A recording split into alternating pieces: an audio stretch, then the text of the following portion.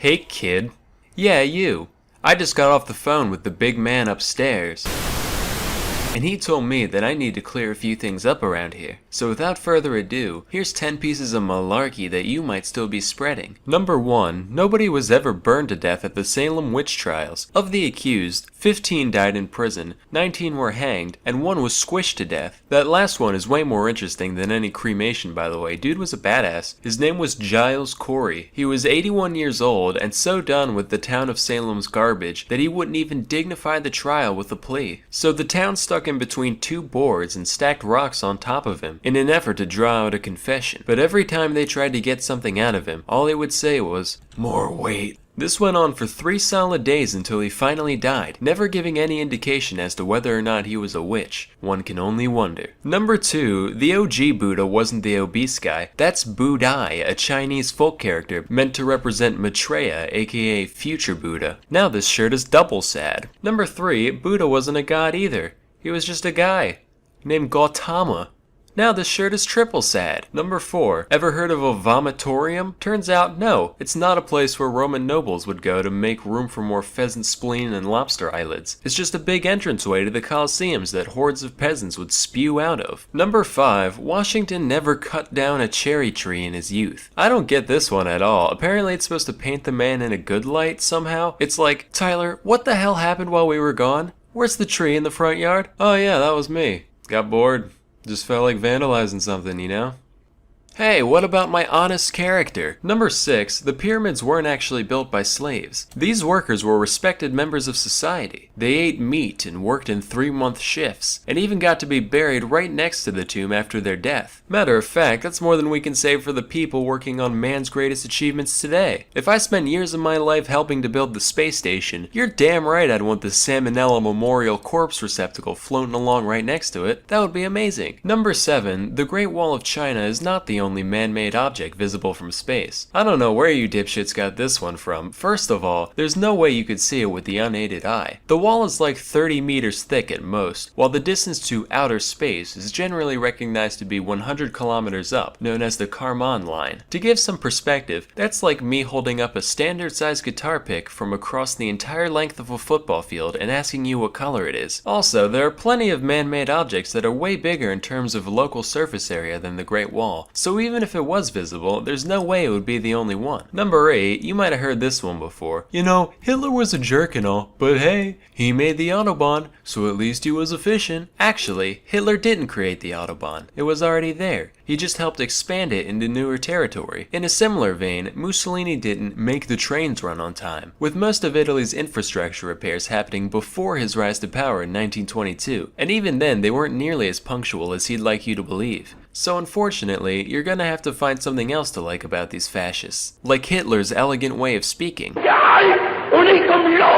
Or the way Mussolini says spaghetti. Paschetti! Number 9, Iron Maidens weren't actual torture devices used in medieval times. Basically what happened is, some archaeologists in the 1800s saw an old metal coffin and some spikes, and said, yo, wouldn't it be wildin' if we put these things up in here, so that way if someone goes in it, they get poked in their bits? You are a sick man, Cornelius. I like it. Into the museum it goes. At least Iron Maiden was real. They were as real as it gets. Still are. Don't you forget it. Number 10, Einstein never failed math. He had mastered both integral and differential calculus by the age of 15. 99% chance this one was just made up to make glue eaters feel better about themselves. Well, congratulations, Dimitri. Looks like you failed pre-algebra for the 3rd time. Brady still can't graduate. Well, hey, that means I'm still on par with famous smart science man, so yeah, worship me. So it just goes to show that we've all got a lot to learn about the world around us. That's why you need to go to Skillshare. Anyway, till next time, I'm Sam and Nella, and thank you for watching.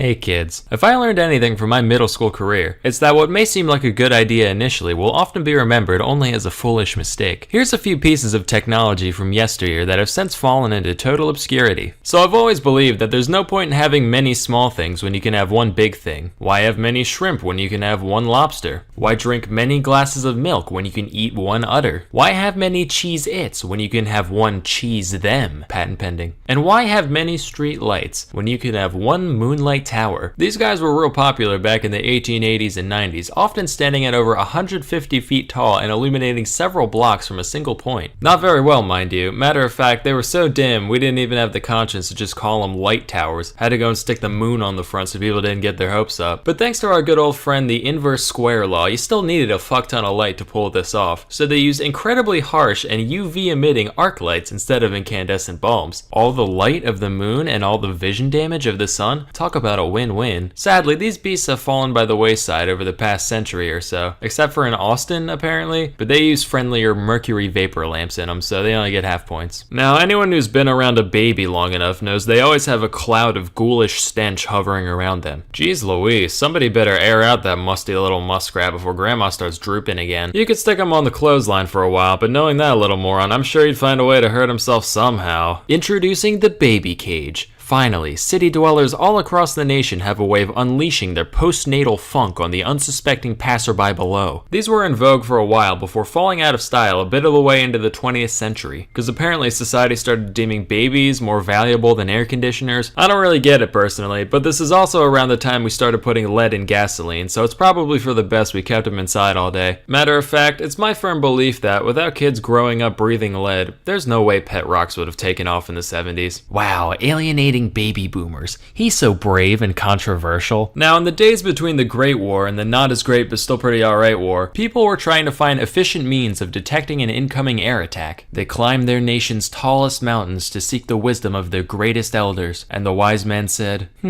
big ears. So that's what they did. These giant discs were known as acoustic mirrors and were designed to focus incoming sound over a 5-meter diameter into a single point. They were reasonably effective as listening devices. A few of them in Britain were able to pick up the sound of a plane from all the way across the English Channel. Of course, radar came along soon after, rendering these things completely useless beyond looking brutalist as hell. For real, instant album cover material right here. Ah! One of the Pep Boys is pulling a Spanish Inquisition on this poor wayward harlot. Huh. Just kidding. Despite the fact that this looks so very much like a state-of-the-art instrument of torture, it's actually just a beauty micrometer. Think those shoe size measurer things at Foot Locker, only instead of one primitive measurement, it records the entire topology of your face and skull at once. With this data, a trained cosmetologist would be able to pinpoint exactly what features of your head should be enhanced and reduced with makeup in order to achieve a maximum calculated attractiveness after you've paid for their services. Clearly this device must have been effective. After all, beauty is entirely objective.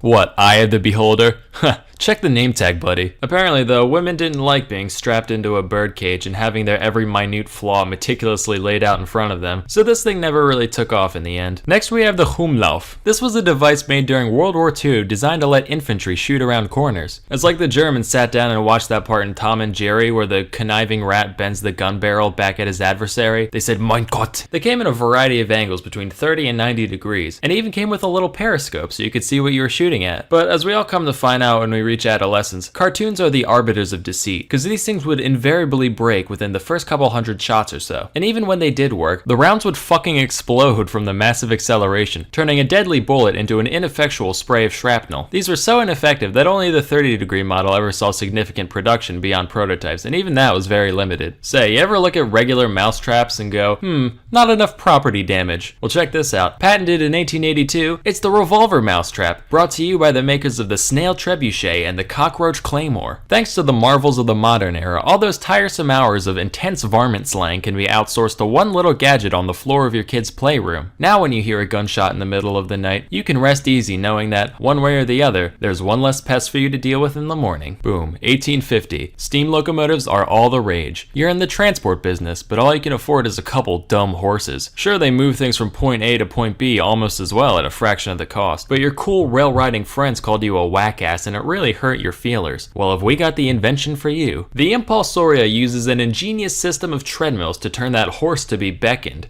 into a force to be reckoned with. Sure, it's expensive as hell to make and limits your services entirely to railroads, but just look at it. Instant pussymobile. Slap some rims and a spoiler on that, you're laughing. This machine is recorded at having a maximum output of 2 to 4 horsepower, which sounds about right, and it didn't see much use outside a couple exhibitions. Now, if there's one hobby that people in the past enjoyed, it's smoking. Whoo boy did they like smoking. And with every great wholesome activity comes a million novelty items to go along with it. Everyone's seen the long cigarette, but how about the really long cigarette? Want to smoke in the rain? Here you go. Going snorkeling? Hey, you know what's more important than oxygen? Nicotine. But hey, want to know the only thing better than a cigarette? 2 cigarettes. You know what? Fuck it. Have the whole pack. You earned it. Of course, if you're trying to cut back, you can always share with a friend. Aw, how heartburning. But you know what's even more fun than addiction? High quality documentaries. That's why you should check out Anyway, that's all for today. Till next time, I'm Sam and Nella, and check out this JPEG.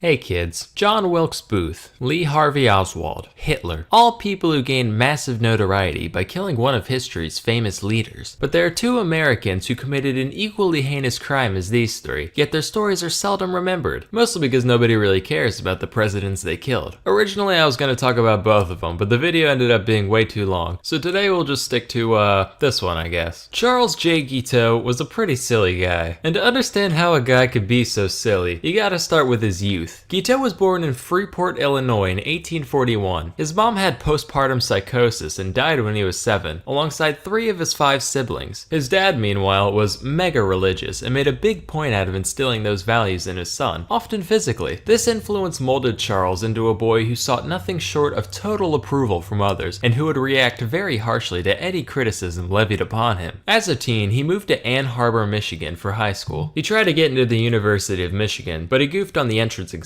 So he did what anyone in his situation would do and said, well, so much for real life. I'm gonna join a commune. Specifically, he became part of the Oneida community in New York. In some aspects, this place was a pretty run-of-the-mill religious fellowship. From each according to their ability, to each according to their need, yada yada. But there were a couple of things that made it special. First off, they followed a doctrine known as Christian perfectionism, whereby everyone would strive to live their lives completely free of sin and reach a divine level of perfection while still on earth. Now this isn't really unique to Oneida, but whereas most people would achieve this through staunch discipline and careful self-reflection, these guys would just get together and take turns roasting the shit out of each and every member over any minute flaw they could possibly have. Real great for the psyche. They also practiced what was basically an early form of eugenics, where aspiring parents would have to submit an application and be judged by the committee on their moral and spiritual fortitude. If they were allowed to mate, children would be separated from the mom about a year after birth and raised communally in the children's wing. After all, wouldn't want any of those hopelessly flawed toddlers to think they're deserving of any affection whatsoever. Oneida also believed in what they called free love, which meant that anyone could bang anyone at any time, as long as they kept it hetero, and exclusive relationships of any kind were actually frowned upon, which seems like kind of a weird habit for people trying to 100%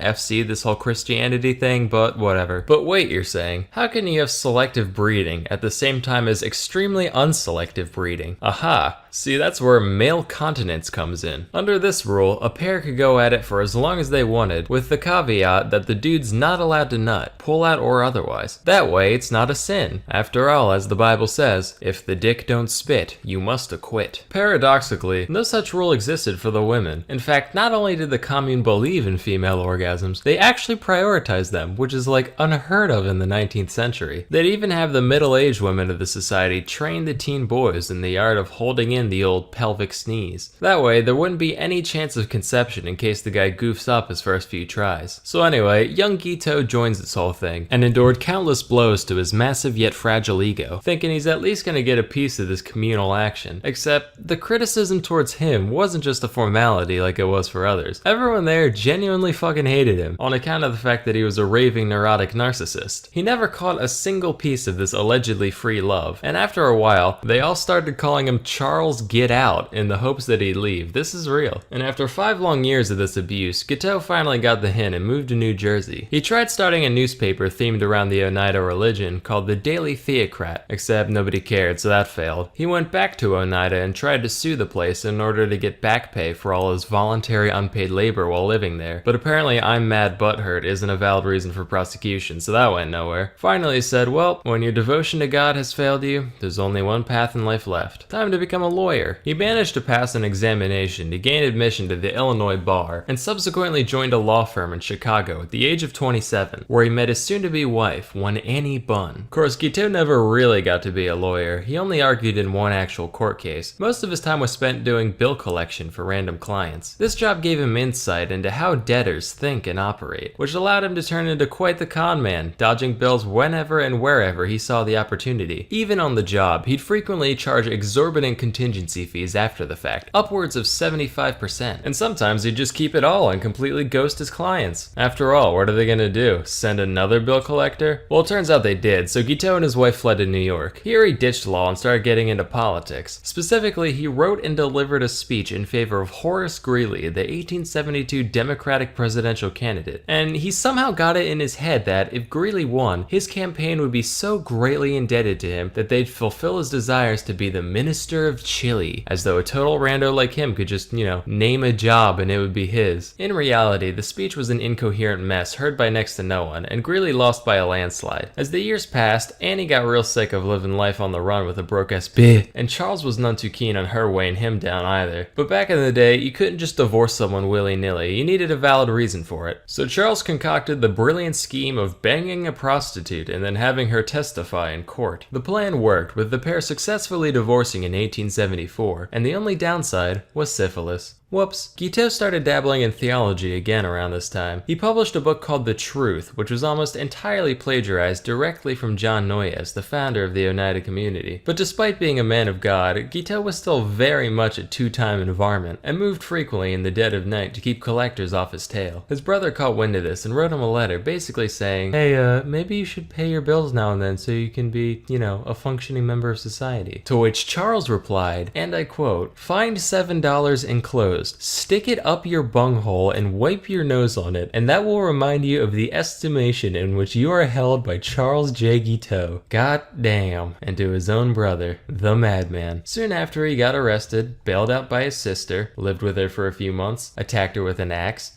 went to DC, rambled about religion to anyone who would listen, moved to Boston, got in a boat accident where everyone in his boat was fine, but everyone in the other one fucking died, took this as a sign from God, moved back to New York, and got back into politics in 1880, this time as a Republican. During this campaign, there were two main factions of Republicans, known as the Stalwarts and the Half-Breeds, which sounds like some Tolkien shit, wish we had names like that today. Now, Guiteau considered himself a stalwart, and in a similar vein to his 1872 venture, he wrote a speech to promote stalwart candidate Ulysses S. Grant, who was shooting for his third term. But before he got a chance to deliver the speech, one James A. Garfield took the candidacy completely out of nowhere, beating out both factions single-handedly. He was like, rats, how am I gonna get power handed to me now? So he literally just scribbled out all the references to Grant and replaced them with Garfield and was like, yep, that'll do it. He read this speech all of twice, along with handing out copies to the Republican National Committee. In reality, this really didn't accomplish much, but when Garfield managed to win the election, Guiteau was like, yes! That was entirely me! Garfield is in my supreme debt. As God is my witness, he shall make me a consulate in Vienna or Paris or someplace cool like that. He went to DC to await his inevitable appointment, but obviously nothing happened. So he started writing letters. A lot of letters. When that didn't work, he started actually stalking both Garfield and the Secretary of State, James Blaine, intercepting them in hotel lobbies, just being like, oh hey, yeah,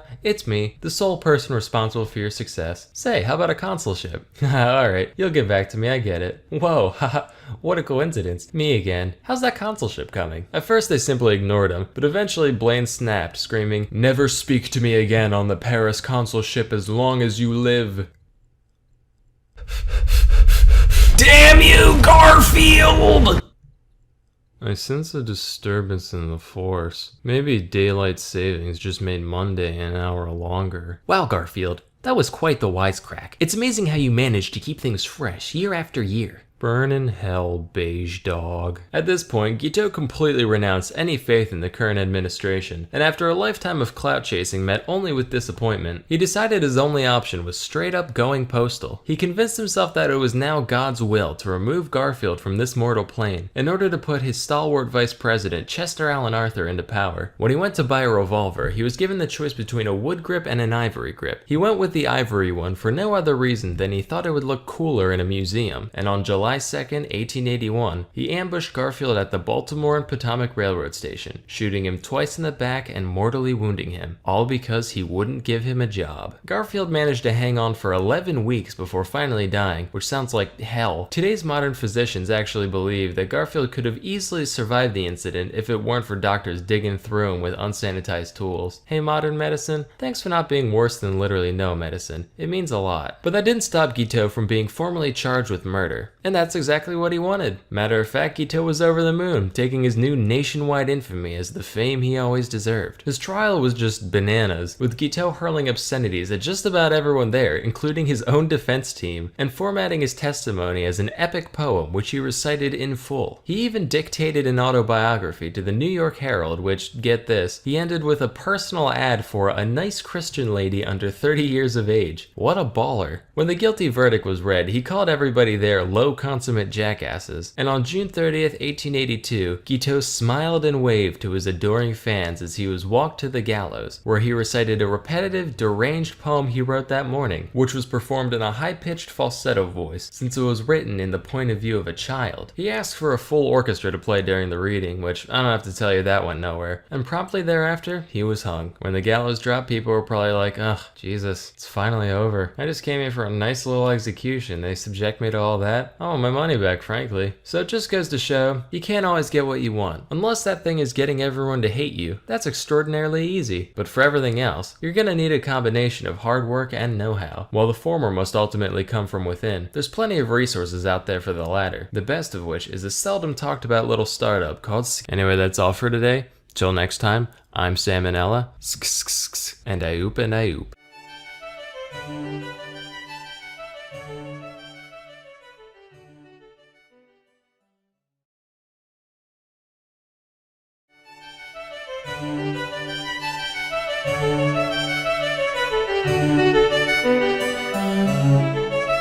Hey kids, let me talk to you about dog breeding. Nowadays, dogs are mostly around just to be a cute companion, right?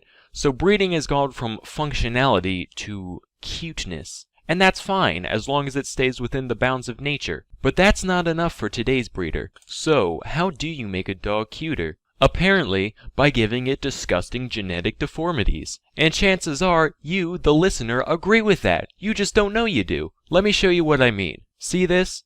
This is a relatively normal dog. Notice the snout, the eyes, the shape of the head. Not too far gone from the wolves that today's dogs come from. Now let me take you through some other breeds. First is the Bull Terrier. 100 years ago, still looked pretty normal, right? Now here's today's version. Jesus! Who needs snouts, right? Let's just give it a long, continuous boomerang-shaped head with 2 tiny holes at the end. Seriously, it looks like Toucan Sam is trying to fit inside a dog costume. And look at its eyes! They're permanently pointed up at the sky as if to say, God, why did you let me become this? Please kill me. Do you guys remember Spuds MacKenzie, the old Bud Light mascot? Well, I just realized why they chose a Bull Terrier of all dogs. It's because he looked like his mom drank nothing but Bud Light for her entire pregnancy. Next up is the Pug. I'll probably get some hate for this one, but I don't care. They've been bred specifically to look like they've been smashed in the goddamn face with a frying pan. And because of this, because of their fact that their skull is shaped like a fucking tuna can, they can barely breathe their whole lives. Ever been around a pug? Constantly, no matter the temperature or the weather, they sit there going, gah, gah, gah, gah. And people think this shit is cute. If my baby came out with a flat nose, hair lip, cylindrical head, and no neck going gah, gah, gah, I'd be like, Jesus fuck, put it back in. It's clearly not done yet. Next is the Dachshund. Now there is no excuse for this one. The head's fine, right? But the body, good God. It's got a torso shaped like a goddamn doorstop with those pointless legs just kind of stapled on. Now it's been a little while since I reminded you what a normal dog looks like, so here. Now let me go into Photoshop real quick and do all the changes necessary to make this dog look like a dachshund. Look at that. That's not okay. Why even have legs at this point? Might as well just keep going until it's just a drumstick from the neck down. And there's no reason. It's just one day someone was like, well, people like dogs, and people like ferrets, so why don't we make some chimera abomination halfway in between the two, and see what happens. My least favorite breed, though, out of all of them, it's just straight up fucked in every way. A testament to humankind's never-ending corruption of the natural world. I'm talking about the Chihuahua. It's like somebody took a normal dog and boiled away every aspect except for anger and neuroticism, leaving this tiny hell creature behind. And this is one of the nicer pictures I could find. Take a look at this. Someone call a priest. And we let these things inhabit our homes. This poor woman's gonna wake up with her fucking nose chewed off and just be like, oh, Mr. Wiggles was a little hungry this morning, wasn't he? Meanwhile, the dog's just sitting there like, bloodlust. The only time they're not being needlessly aggressive towards people, it's when they're off pissing, shitting, and vomiting all over their surroundings. And you would think such a small dog would at least produce manageable waste, but much like the creature itself, the small things it does expel are straight up toxic. It's like some of the Chihuahua's pent-up hatred for the mortal plane manifests itself in every dump it takes. I would rather clean up a full-grown man's shit from my floor than wipe up the septic nightmare that is Chihuahua squirts. The only good thing about owning a Chihuahua is that if it ever gets rabies, it'll be fine, because you won't be able to tell the goddamn difference. It'll still be sitting there, business as usual. So that's my little rant about the monstrosities that live right beneath our noses. I'm Sam and Nella, and thank you for watching.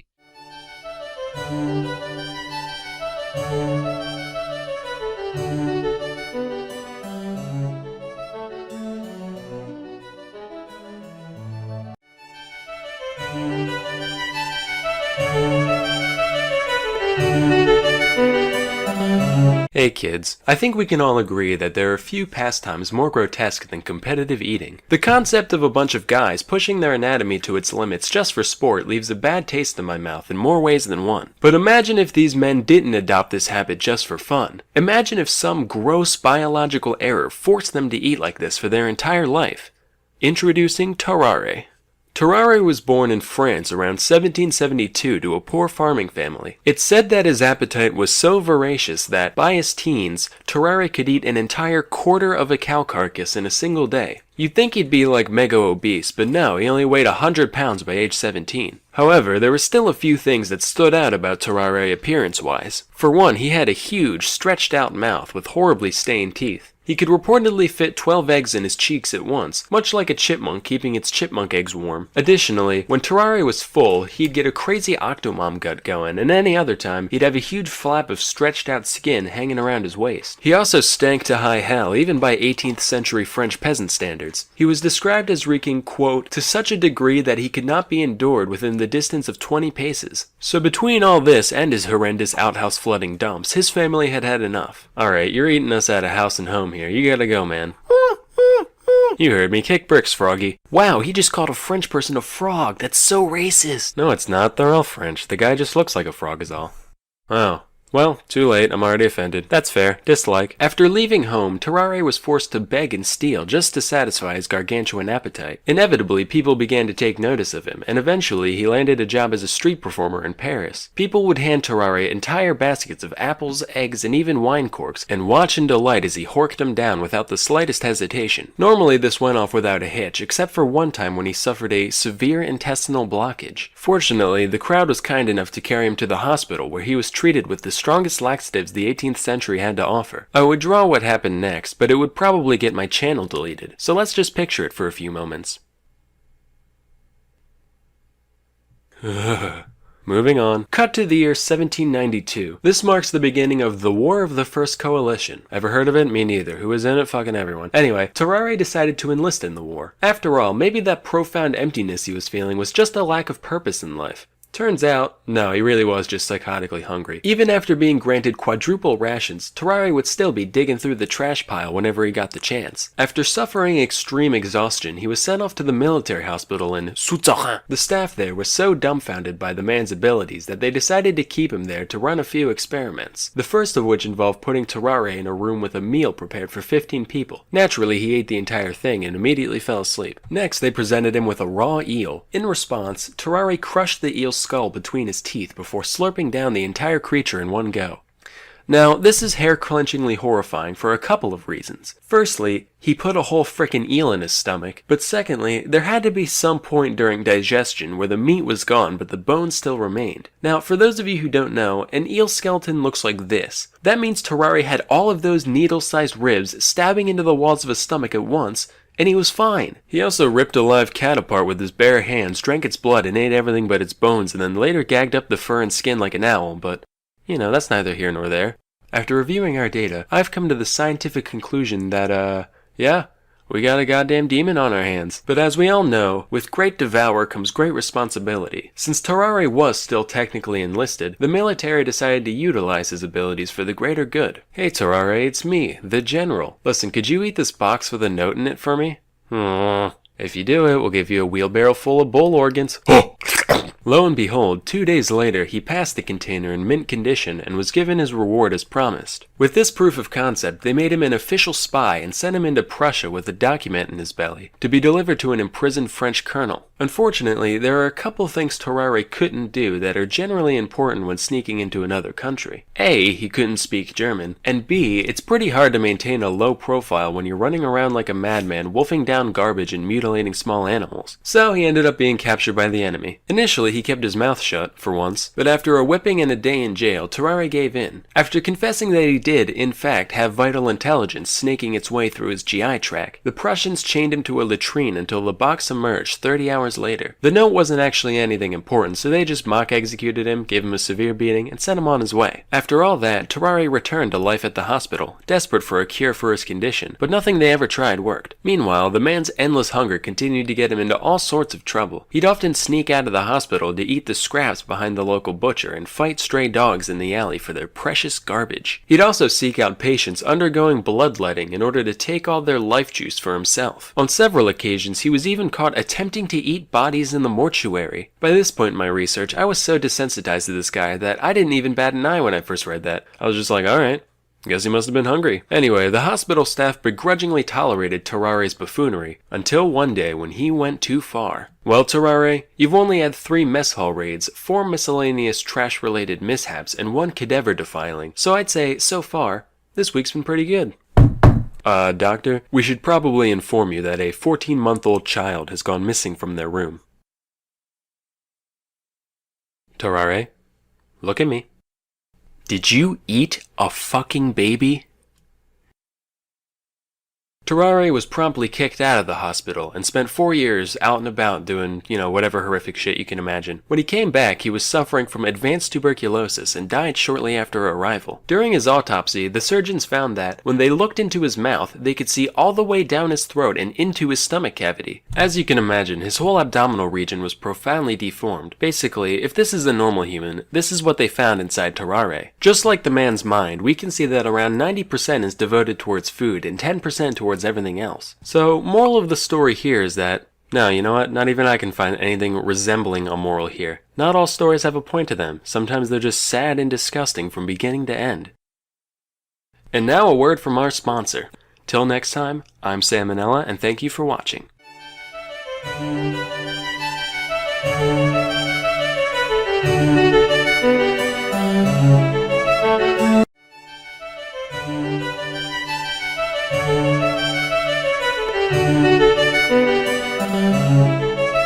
Hey, little Jimmy. Yeah, what's up? Do you like Pirates of the Caribbean? Yeah, it's alright. So do you think it'd be fun to be a pirate? Yeah? Well, guess what? You couldn't be more wrong. Oh, fuck. Yeah, I know. At some point, every kid has dreamed about being a swashbuckling, corn-shuckling, wife-cuckling, cocksuckling pirate, but trust me when I say, it was really not all it's cracked up to be. First, we'll talk about the food. So one staple of the pirate diet was salted meat, usually wild oxen or pork. And I love jerky as much as the next guy, but this wasn't like a bag of Jack Links. In fact, it was probably closer in texture to your shoes than any meat you've ever eaten. In those days, you couldn't just snap into a Slim Jim. That's a modern luxury that we take for granted. Back then, the slogan was, gnaw on a Slim Jim for minutes on end, grinding it between your molars while the gallons of salt turn your mouth into a desert until the mangled hunk of flesh in your mouth is just soft enough to be shoved down your greasy fucking pirate throat without tearing a hole. Another essential food item was known as hardtack. This was essentially just flour and water baked into a cracker-like like brick. Beyond the fact that it was totally flavorless, hardtack was also extremely dense, to the point where pirates would often have to slam their fists down on it in order to break it into pieces small enough to fit in their mouth. As long as it was kept dry, hardtack almost never spoiled, although it often became infested with weevils. Excuse me, sir? I'm a vegan, so can I have a new piece? One without any of Mother Nature's beautiful creatures in it? Thanks. Wait a minute, is this gluten-free?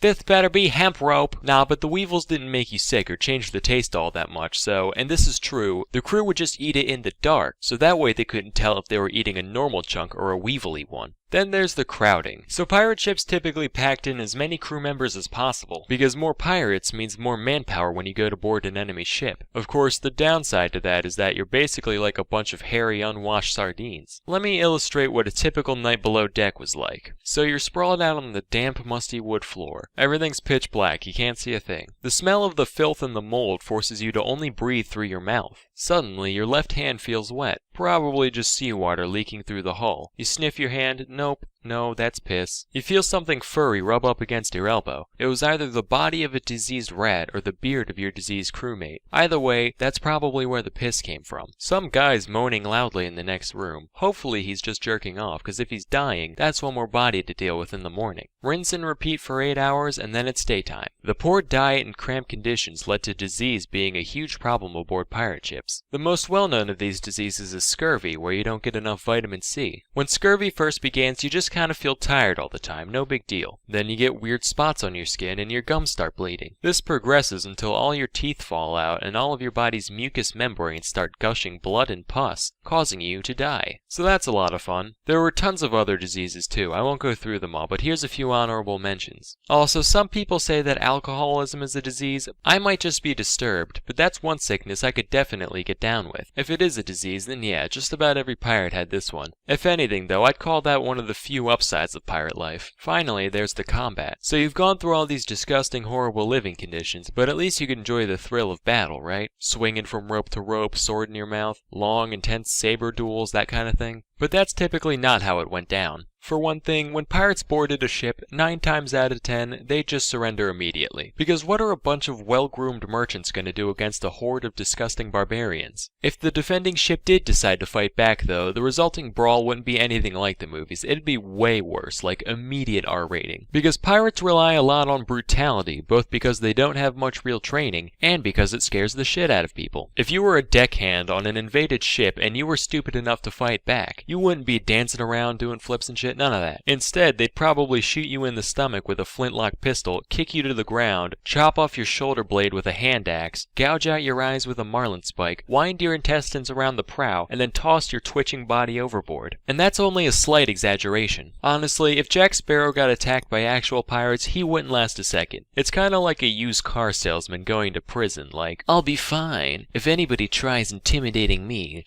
I can get out of it with my quick wit and charming personality. Boy, you look real pretty from behind.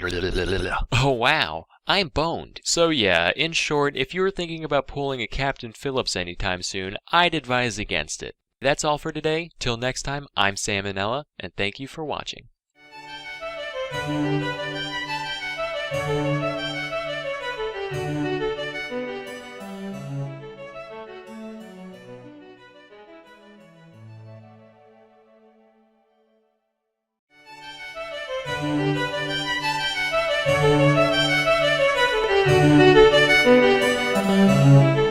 Hey kids, you've probably seen this scene in TV or movies at some point. A couple of people end up stranded on a desert island, totally isolated from all civilization. It seems like there's no hope for survival, but then one of them looks 3 feet to the left and, oh my god, it's a tree full of fully grown, plump, delicious, smiling, golden-skinned bananas. Amazing. We're saved for the time being. Hey, don't eat those. They're made of lies. See? Listen, why do fruit exist? For a delicious, nutritious snack for humans and animals alike to enjoy?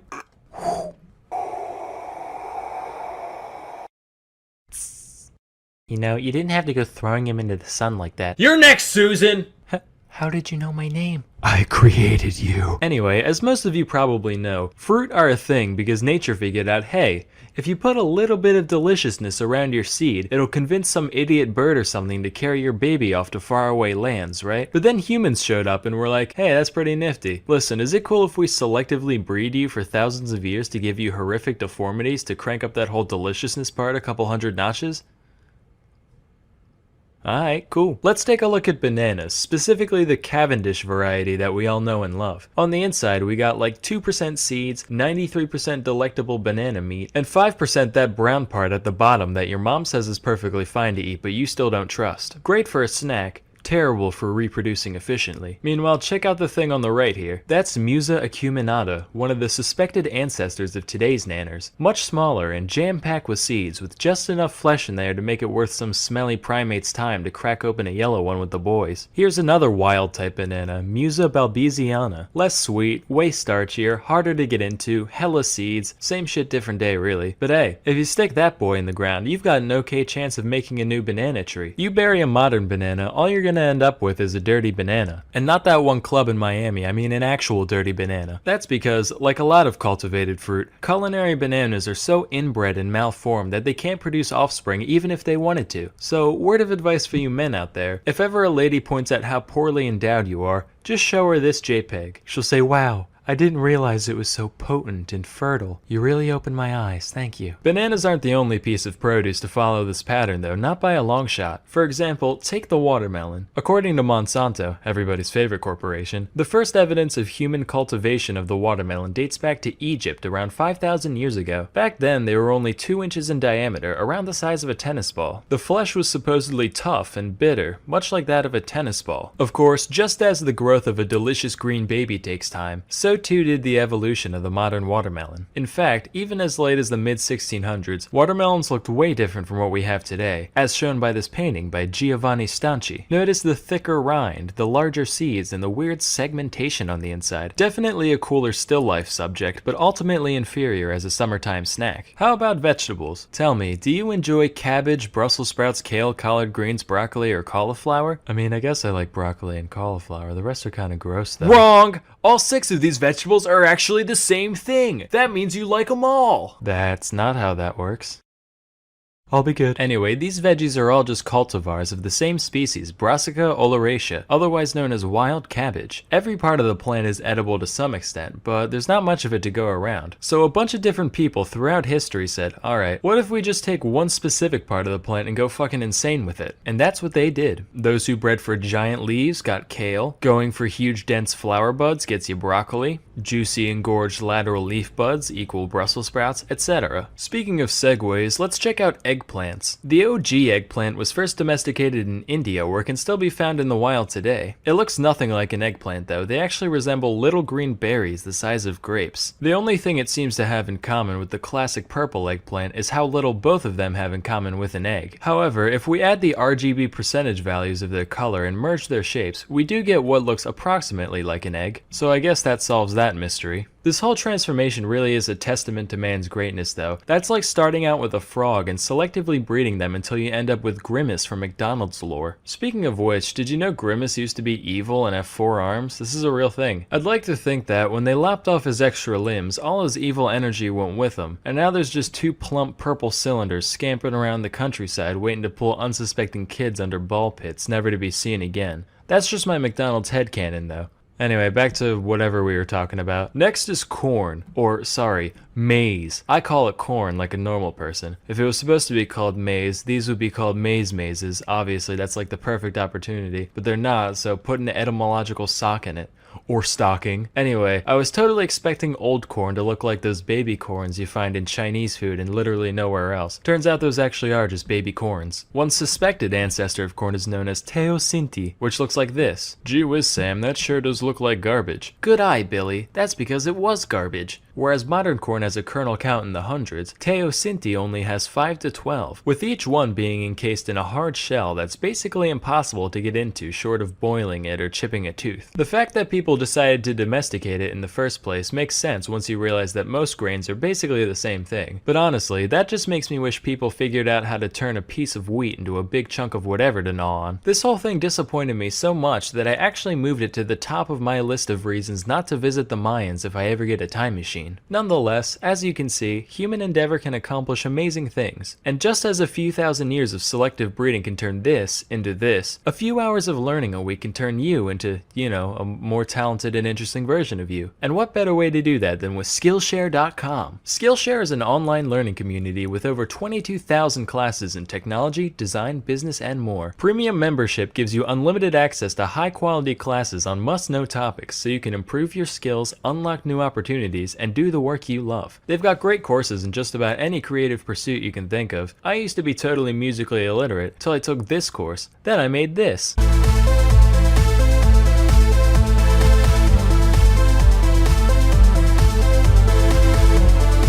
What about food? You like food? Of course you do. You'd be dead if you didn't. With Skillshare, you can make your own macaroons, fresh pasta, spring rolls, whatever. Join the millions of students already learning on Skillshare today with a special offer just for my viewers, where you can get 2 months of Skillshare for free. To sign up, go to skl.sh/samo2. Again, for those in the back, go to skl.sh/samo2. to get 2 months of unlimited access to over 22,000 classes for free. Act now for this special offer and start learning today. Anyway, till next time, I'm Sam and Nella, and thank you for watching.